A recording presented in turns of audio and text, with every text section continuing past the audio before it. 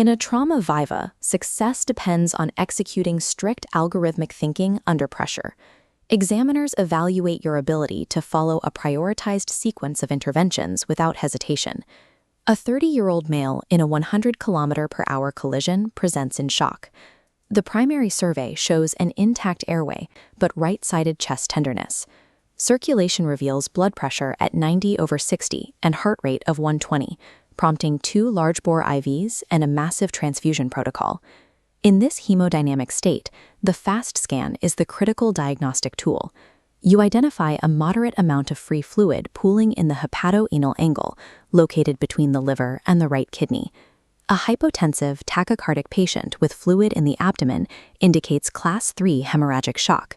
This requires parallel assessment and resuscitation, ensuring blood products are administered while completing the primary survey. Following the administration of crystalloids and blood, the patient's blood pressure reaches 110/70. This defines the patient as a transient responder, someone who briefly stabilizes but remains at risk for sudden cardiovascular collapse.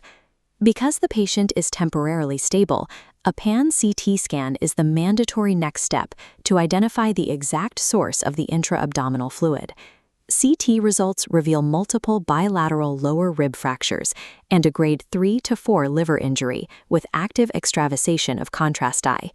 For treatment options, stable patients may undergo angioembolization, but if they deteriorate, immediate surgery is required.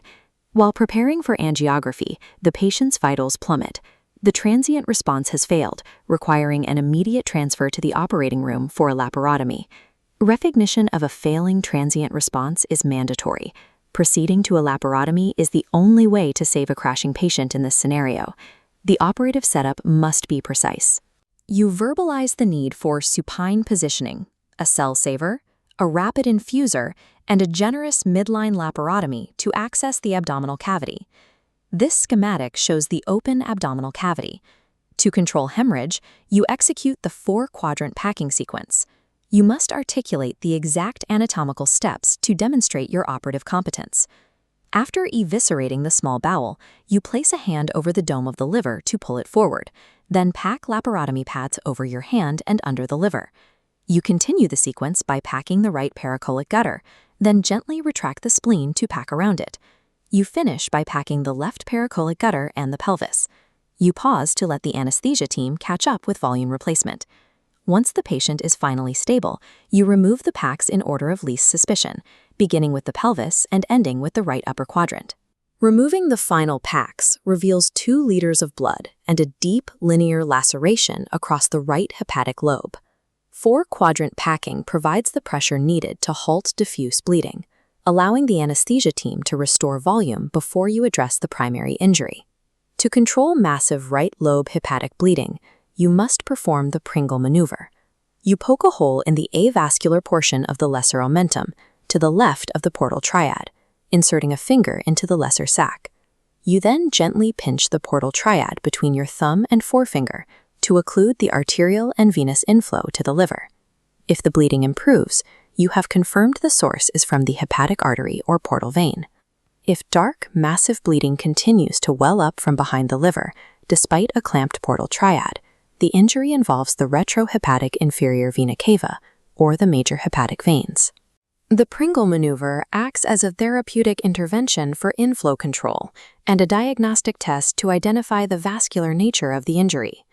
To perform a definitive hepatography, or liver suturing, the right lobe must first be mobilized for visualization.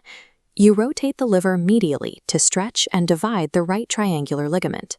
You then release the anterior and posterior coronary ligaments, freeing the liver from the diaphragm. This mobilization requires careful technique to avoid tearing the hepatic veins, or the IVC, as the liver is moved. With the laceration exposed, you place horizontal mattress sutures in the liver capsule, using a blunt-tip large needle and chromic suture.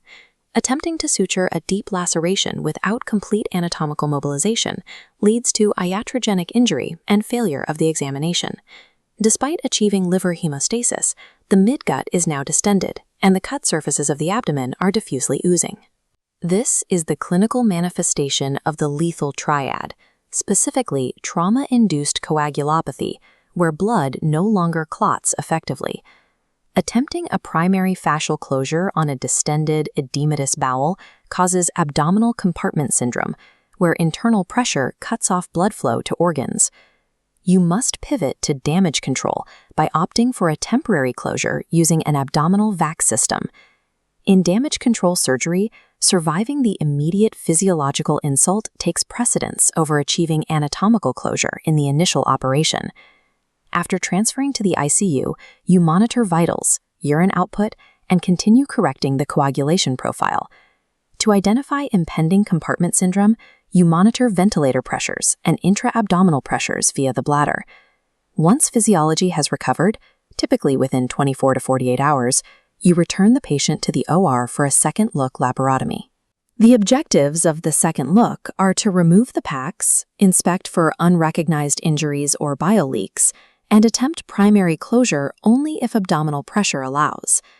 Mastering the trauma viva requires a rigid adherence to the clinical sequence: resuscitate, pack, isolate, repair, and knowing when to pivot to damage control.